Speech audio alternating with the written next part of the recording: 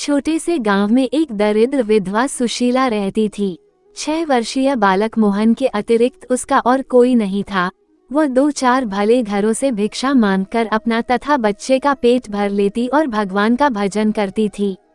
भीख पूरी न मिलती तो बालक को खिलाकर स्वयं उपवास कर लेती। ये कम चलता रहा। सुशीला को लगा कि ब्राह्मण के बालक को 2 अक्षर न आए ये ठीक नहीं है।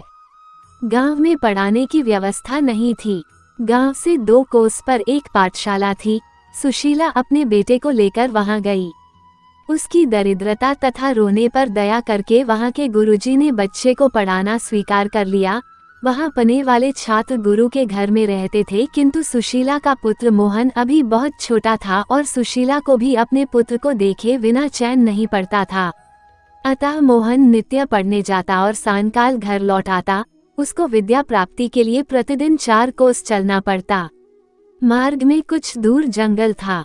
शाम को लौटने में अंधेरा होने लगता था। उस जंगल में मोहन को डर लगता था। एक दिन गुरुजी के यहाँ कोई उत्सव था। मोहन को अधिक देर हो गई और जब वो घर लौटने लगा तो रात्रि हो गई थी।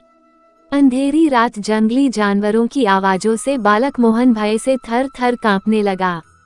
सुशीला भी देर होने के कारण बच्चे को ढूंढने निकली थी। किसी प्रकार अपने पुत्र को वह घर ले आई।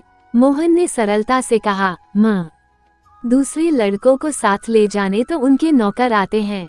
मुझे जंगल में आज बहुत डर लगा। तू मेरे लिए भी एक नौकर रख दे। ये सुनकर सुशीला रोने लगी।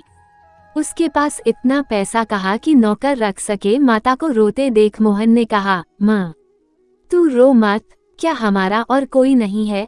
अब सुशीला क्या उत्तर दे? उसका हृदय व्यथा से भर गया। उसने कहा, बेटा, लड्डू गोपाल को छोड़कर और कोई हमारा नहीं है। बच्चे की समझ में इतनी ही बात आई कि कोई गोपाल उसका है। उसने पूछा, गोपाल कौन? वे क्या लगते हैं मेरे, और कहाँ रहते हैं? सुशीला ने सरल भाव से कह दिया, वे तुम्हारे भाई लगते हैं। सभी जगह रहते हैं परंतु आसानी से नहीं दिखते। संसार में ऐसा कोई स्थान नहीं जहाँ वे नहीं रहते। बालक को तो अपने गोपाल भाई को जानना था। वह पूछने लगा, गोपाल मुझसे छोटे हैं या बड़े, अपने घर आते हैं या नहीं? अंडस को माता ने उसे बताया, तुमसे वे बड़े हैं और घर भी आते हैं, पर हम लोग उन्हें देख नहीं सकते। जो उनको पाने के लिए व्याकुल होता है उसी के पुकारने पर वे उसके पास आते हैं। मोहन ने कहा, जंगल में आते समय मुझे बड़ा डर लगता है। मैं उस समय खूब व्याकुल हो जाता हूँ। वहाँ पुकारूं तो क्या गोपाल भाई आएंगे? माता ने कहा, तू विश्वास के साथ पुकारेगा तो अवश्य वे आएंगे। मोहन की समझ में इतनी बात आई कि जंगल में अब डरने की जरूरत नहीं है। डर लगने पर मैं व्याकुल होकर पुकारूंगा तो मेरा गोपाल भाई वहां आ जाएगा। दूसरे दिन पाठशाला से लौटते समय जब वो वन में पहुंचा उसे डर लगा। उसने पुकारा, तारांकन, गोपाल भाई, तुम कहाँ हो? तारांकन, मुझे यहाँ डर लगता है। मैं व्याकुल हो रहा हूँ। जो दीनबंधु हैं, दीनों के पुकारने पर वो कैसे नहीं बोलेंगे? मोहन को बड़ा ही मधुर स्वर सुनाई पड़ा, भैया तू डर मत, मैं यह आया। ये स्वर सुनते ही मोहन का भय भाग गया। थोड़ी दूर चलते ही उसने देखा कि एक बहुत ही सुंदर बालक उसके पास आ गया। वह हाथ पकड़कर बातचीत करने लगा, साथ साथ चलने लगा, उसके साथ खेलने लगा। वन की सीमा तक वह पहुंचाकर लौट गया। गोपाल भाई को पाकर मोहन का भय मिट गया। घर आकर उसने जब माता को सब बातें बताईं, सुशीला हाथ जोड़कर गदगद हो अपने प्रभु को प्रणाम करने लगी। उसने समझ लिया, जो दयामयी द्रौपदी और गजेंद्र की पुकार पर दौड़ पड़े थे, मेरे भोले बालक की पुकार पर भी वही आए थे। ऐसा ही नित्य होने लगा। एक दिन उसके गुरुजी के पिता का श्राद्ध होने लगा। सभी विद्यार्थी कुछ न कुछ भेज देंगे। गुरुजी सबसे कुछ लाने को कह रहे थे। मोहन ने भी सरलता से पूछा, गुरुजी, मैं क्या ले आऊं? गुरु को ब्राह्मणी की अवस्था का पता था। उन्होंने कहा, बेटा, तुमको कुछ नहीं लाना होगा। लेकिन मोहन को ये बात कैसे अच्छी लगती। सब लड़के लाएंगे तो मैं क्यों न लाऊं? उसके हठ को देखकर गुरुजी ने कह दिया, अच्छा तुम 1 लोटा दूध ले आना। घर जाकर मोहन ने माता से गुरुजी के पिता के श्राद्ध की बात कही और यह भी कहा, मुझे एक लोटा दूध ले जाने की आज्ञा मिली है। सुशीला के घर में था ही क्या जो वो दूध ला देती। मांगने पर भी उसे दूध कौन देता, लेकिन मोहन ठहरा बालक। वह रोने लगा। अंत में माता ने उसे समझाया, तू गोपाल भाई से दूध मांग लेना, वे अवश्य प्रबंध कर देंगे। दूसरे दिन मोहन ने जंगल में गोपाल भाई को जाते ही पुकारा और मिलने पर कहा, आज मेरे गुरुजी के पिता का श्राद्ध है, मुझे एक लोटा दूध ले जाना है। माँ ने कहा है कि गोपाल भाई से मांग लेना, तो मुझे तुम एक लोटा दूध ला कर दो। गोपाल ने कहा, मैं तो पहले से ये लोटा भर दूध लाया हूँ, तुम इसे ले जाओ। मोहन बड़ा प्रसन्न हुआ। पाठशाला में गुरुजी दूसरे लड़कों के उपहार देखने और रखवाने में लगे थे।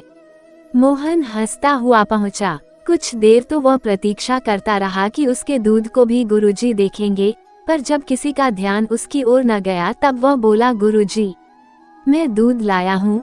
गुरुजी ढेरों चीजें संभालने में व्यस्त थे। मोहन ने जब उन्हें स्मरण दिलाया तब झुंझलाकर बोले, जरा सा दूध लाकर ये लड़का कान खाए जाता है जैसे इसने हमें निहाल कर दिया। इसका दूध किसी बर्तन से डालकर हटाओ इसे यहाँ से। मोहन अपने इस अपमान से खिन्न हो गया। उसका उत्साह चला गया। उसके नेत्रों से आंसू गिरने लगे। नौकर ने लोटा लेकर दूध कटोरे में डाला तो कटोरा भर गया, फिर गिलास में डाला तो वह भी भर गया। बाल्टी में डालने लगा तो वह भी भर गई। भगवान के हाथ से दिया वो लोटा भर दूध तो अक्षय था। नौकर घबराकर गुरुजी के पास गया। उसकी बात सुनकर गुरुजी तथा और सब लोग वहां आए। अपने सामने एक बड़े पात्र में दूध डालने को उन्होंने कहा। पात्र भर गया पर लोटा तनिक भी खाली नहीं हुआ। इस प्रकार बड़े बड़े बर्तन दूध से भर गए। अब गुरुजी ने पूछा, बेटा तू दूध कहाँ से लाया है? सरलता से बालक ने कहा, मेरे गोपाल भैया ने दिया। गुरुजी और चकित हुए। उन्होंने पूछा, गोपाल भाई कौन? तुम्हारे तो कोई भाई नहीं है। मोहन ने दृढ़ता से कहा है, क्यों नहीं? गोपाल भाई मेरा बड़ा भाई है, वो मुझे रोज वन में मिल जाते हैं। माँ कहती है कि वो सब जगह रहता है पर दिखता नहीं। कोई उसे खूब व्याकुल होकर पुकारे तभी वो आ जाता है। उससे जो कुछ मांगा जाए वो तुरंत दे देता है। अब गुरुजी को कुछ समझना नहीं था। मोहन को उन्होंने हृदय से लगा लिया। श्राद्ध में उस दूध से खीर बनी और ब्राह्मण उसके स्वाद का वर्णन करते हुए तृप्त नहीं होते थे। गोपाल भाई के दूध का स्वाद स्वर्ग के अमृत में भी नहीं, तब संसार के किसी पदार्थ में कहाँ से होगा। उस दूध का बना पकवान पाकर गुरुजी के पितर तृप्त ही नहीं हुए, माया से मुक्त भी हो गए। श्राद्ध समाप्त हुआ। संध्या को सब लोग चले गए। मोहन को गुरुजी ने रोक लिया था। अब उन्होंने कहा, बेटा मैं तेरे साथ चलता हूँ, तू मुझे अपने गोपाल भाई के दर्शन करा देगा ना? मोहन ने कहा, चलिए, मेरा गोपाल भाई तो पुकारते ही आ जाता है। वन में पहुंचकर उसने पुकारा। उत्तर में उसे सुनाई पड़ा, आज तुम अकेले तो हो नहीं, तुम्हें डर तो लगता नहीं, फिर मुझे क्यों बुलाते हो? मोहन ने कहा, मेरे गुरुजी तुम्हें देखना चाहते हैं, तुम जल्दी आओ। जब मोहन ने गोपाल भाई को देखा तो गुरुजी से कहा, आपने देखा मेरा गोपाल भाई कितना सुंदर है? गुरुजी कहने लगे, मुझे तो दिखता ही नहीं, मैं तो ये प्रकाश मात्र देख रहा हूँ। अब मोहन ने कहा, गोपाल भाई तुम मेरे गुरुजी को दिखाई क्यों नहीं पड़ते? गोपाल ने कहा, तुम्हारी बात दूसरी है। तुम्हारा अतःकरण शुद्ध है, तुममें सरलता और विश्वास है, इसलिए मैं तुम्हारे पास आता हूँ।